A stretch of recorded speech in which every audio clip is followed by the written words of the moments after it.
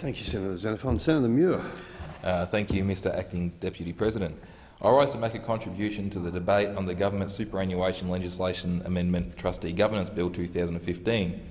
The bill makes various changes to the Superannuation Industry Supervision Act 1993, or SIS Act, with the main changes being a new requirement that all superannuation funds regulated by APRA to have at least 1/3 independent directors and appoint an independent chair. The issue of whether this should be a mandated number of independent directors is not a new one. I'm not going to go over all the history. I think most people who are interested in this debate know enough about it. It's no surprise that this change is being pursued by the government. One of the key reasons behind the changes date back to 2010, when the ALP-initiated Cooper Review was published. At page 54 of the Cooper's report, it stated, "Equal representation was an important aspect of the governance structure established by the SIS Act in 1993. However, the panel has come to the view that the changes in the industry over time and certain implementation practices mean that equal representation no longer seems to achieve its original stated objective. Equal representation leaves significant groups unrepresented. Key among these are members who are pensioners and potentially other post-retired members in the future, and members who have joined the fund because they exercise fund choice. These groups of members, already sizeable in some funds, can be expected to grow in the future." In responding to this and other recommendations, the then ALP government considered that beyond the existing regulatory framework, the composition of a trustee board is a matter for the board to determine, but will refer to APRA the need for guidance on managing conflicts of interest. It also considered that the current arrangements requiring equal representation remain appropriate in ensuring members are able to participate in the management and protection of their retirement savings. Well, 5 years later, and here we are. And I have a feeling that if this issue isn't resolved now, we'll be back here looking at it again in 2020. In assessing this policy change, I ask myself this simple but important question. Is there sufficient justification for imposing a mandatory number of independent directors on all super funds? I knew that if I answered yes to this question, I could then look if the legislation gave effect to this, and also examine any unintended consequences that may arise. There were some solid arguments, but in the end I answered yes to that question. One of the main reasons as to why I arrived at this position was a meeting that I had with the Association of Super Funds of Australia, or ASFA. ASFA appealed to me because their membership includes corporate, public sector, industry and retail super funds that represent 90% of the 14 million Australians with superannuation. They seem to approach this issue with the hope of finding a compromise position while still giving effect to the main policy change that the government wants, much like what I and my colleagues on the crossbench do from time to time. ASFA support the government's policy change, which will see at least 1/3 independent directors on super boards, as well as an independent chair.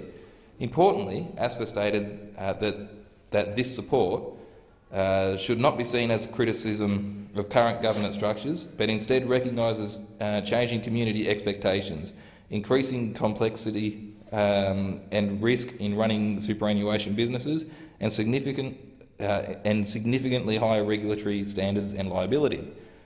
The superannuation system has changed and will continue to evolve into the future. Many super funds are public offer, meaning that anybody in any industry can join. As a result, we are seeing super funds who traditionally only had members who were from specific occupations broaden their member base. Many industry super funds decided to become publicly available to the whole community over a decade ago. This is the basis for widespread advertising by industry super funds, for industry funds such as Hose Plus and Australian Super, who sponsor football teams and other sporting codes.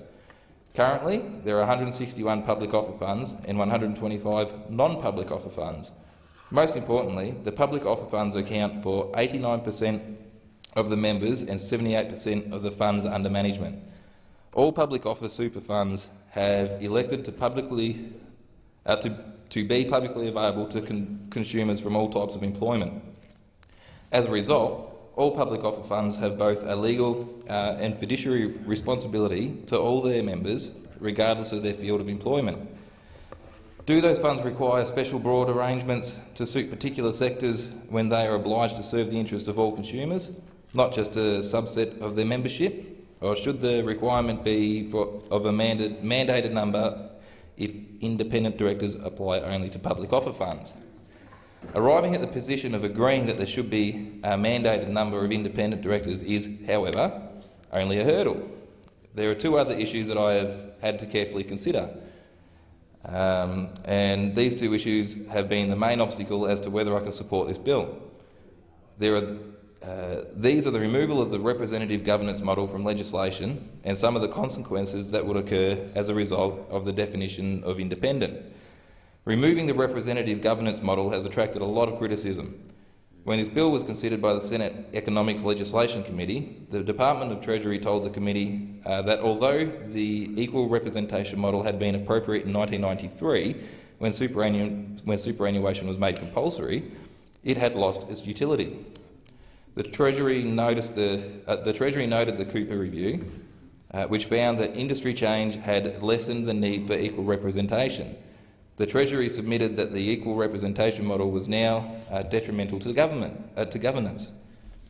The current equal representation model in the Superannuation Industry Supervision Act 1993, SIS Act, hinders the natural refreshing of boards because of the restrictions on the number of independent directors that can be appointed to some registrable superannuation entities, or RSEs, licensed boards. In contrast, Mr Alan Kirkland, Chief Executive Officer of Choice, told the committee that although they supported the introduction of independent directors, the changes set out by the bill were significant. He told the committee that the bill takes quite a big step in repealing Part 9 of the Act and, in doing so, removing the definition of a member representative and employer representative, as well as the basic equal representative rule, which seems like a very big change in the context of the overall aim of this bill. Representatives of the ACTU told the committee that the equal representation model was successful in fostering consensus in board decisions. Further, the ACTU told the committee that change was not needed while the system was successful. Further, ASFA submitted that its members expressed strong concerns regarding the repeal of the equal representation provisions and recommended that those provisions remain in the legislation. I note that Senator Bushby, while questioning representatives from the Australian Institute of Superannuation Trustees, stated that if the bill was passed, it would still be open for a fund to decide to maintain equal representation with the two-thirds that are not required to be independent directors, or to do something different if the board in particular thinks that it is in the interest of members to do so. Certainly, if the board decides it wants to maintain the equal representation, it can. On that basis, it abolishes a legislative requirement for it, but does not abolish equal representation. Mr Garcia from the AIST said in response that there was a presumption that it will be maintained in the trustee. From what we understand, our members will maintain it if the government legislation goes through. It was a big concern for me, which is why I'm considering this was a big concern to me, which is why I'm considering in moving an amendment which will keep the representative model in legislation. I am currently consulting with, and will continue to consult with, relevant stakeholders on this amendment prior to circulating it. I think there needs to be some serious debate on this amendment and other issues relating to this bill, and I will support the second reading in order to see this bill be moved into committee stage. I have not indicated my final position on this bill to the government, but I'm hopeful that we can negotiate a way forward, and it seems to be a common theme in the chamber. In relation to the definition of independence, some submitters raised concern about the proposed definition of independent for the purpose of meeting the requirements of the bill. For example, the Governance Institute of Australia suggested that legislation should set out the principle of independence but not prescribe a definition. ASFA recommended that two changes be made to the definition. In their submission to the Economics Legislation Committee, they stated ASFA recommends that the definition of independent in the legislation be amended to enable organisations to retain the ability to have common independent directors on the boards of RSEs under the same financial conglomerate group, rather than having to rely on APRA to make a determination on a case-by-case basis. We believe that, on balance, this is an appropriate exclusion given that there are no limitations proposed in the revised draft legislation on an individual holding office as director on multiple unrelated RSE licences. In our view, allowing directors to sit on multiple unrelated RSE licensees where the RSEs are in competition with each other, but not sit on multiple related RSE licensees within the same financial conglomerate group as an independent director would be a poor policy outcome. ASFA also recommended that the definition of independent in the legislation be amended so that recent executive officers and directors of firms that are suppliers to RSE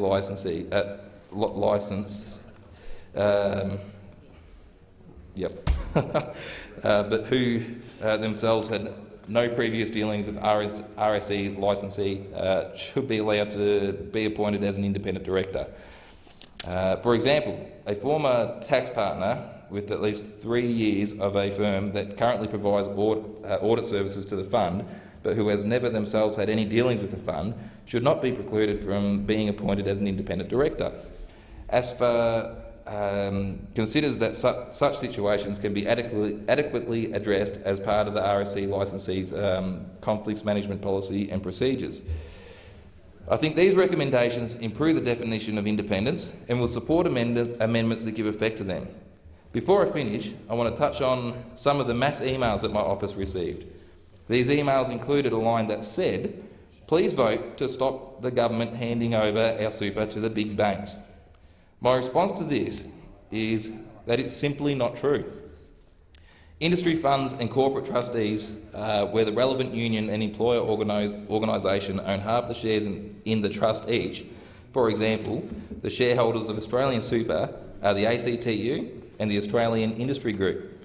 The unions and employer groups will retain control over which independent directors should be appointed to the board. If the union and employer organisations wish to appoint independent directors with backgrounds other than in finance, such as consumer representatives, they are entitled to do so. Time and time again I see these campaigns that are full of misinformation. By all means, I want people to have their say and let me know how I should vote. But I would prefer if you say, if your say is based on facts, not blind ideology. If I wanted to make decisions based on ideology, I wouldn't be on the crossbench. Thank you, Senator Muir. Senator